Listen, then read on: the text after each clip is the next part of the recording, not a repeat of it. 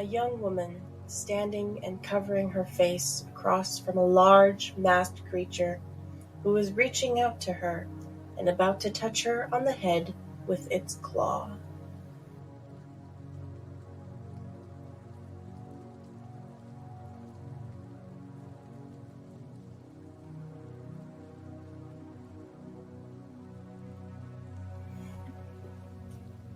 The golden hues of what sun made it through the overcast day reflected off the white mask which bounced steadily on Serene's hip.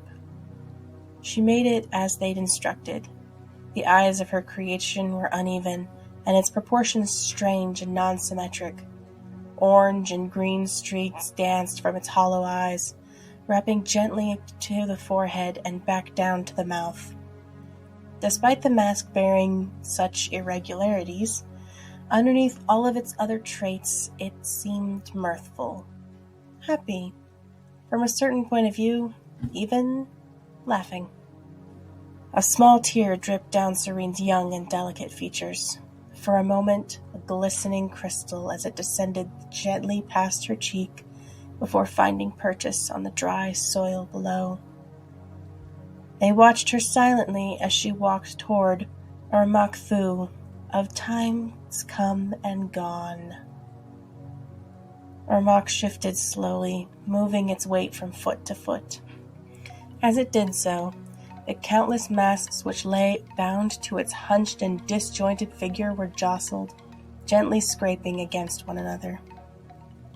"I see you've completed your face," spoke Urmak in a strong feminine voice.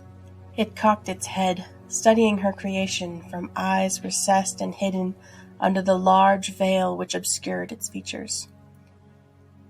"It is wonderful," spoke an entirely different voice, this one in the weathered but kindly tone of an old man, still coming from Urmak-Thu. A number of lesser keepers murmured quietly. Their words, in so many different languages and tones, were indecipherable. They seemed kind all at the same time. "Is it going to hurt?" Serene asked in a wavering whisper. Her hands clutched her mask so tightly her knuckles grew white. Urmak knelt down, as much as a creature like it could kneel, and cooed softly. "My poor child," Urmak softly answered, the voice of a kind mother emanating seemingly from all around it. "I promise there is no pain. Not during, and certainly not after." Serene sniffed, wiping away another bout of tears which sprung unabated. "It is not the end, only a change of being," continued the many-faced keeper. "Tell me, child, do you know the precise moment the dawn shifts to day, or the sun set into night? Can you remember exactly when the wind stops blowing, or the last raindrop hitting the ground after a monsoon?" Serene shook her head. "No, but I know the day came and went, and I feel the wind stop. I remember the storm." A gentle grunt of approval, faintly male, emitted from the large keeper. Surely. Yet the moment the morning yields to day, it is not one of sadness. Morning shall come again, as it always does. Twilight crossing into darkness is not an event to be feared. The rain ceasing does not mean it won't return. The voice of a kind and concerned father spoke. "You won't remember a thing. It'll be over before you know it." The wind picked up, knocking a number of masks on the creature against one another. They seemed to chatter in encouragement, approval, welcoming. The large creature extended one of its crooked and talon-like hands, gently reaching for her mask. Serene's own hands, shaking, softly deposited her creation into Urmak's grasp. "Do you really find it beautiful?" she asked, sobbing slightly. Hummed Ermac, the soft tones of a young girl taking over. Of course. Dazzling. Distinct. It cocked its head, the notion of a nod coming through its hooded frame. You! A timid smile fought to be seen through Serene's fear and grief. It only lasted a moment, but, like the clouds fighting through the gray clouds above,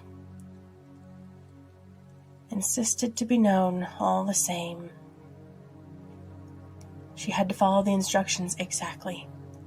She figured if she did anything right in her life, it ought to be the very last thing she did. She crafted it through the night, never once opening her eyes. She did as they had told, feeling the right strokes to make, letting her hands move the correct colors of her soul through the blackness. Ermac finished securing her mask to its collection, hers resting just behind the creature's right shoulder.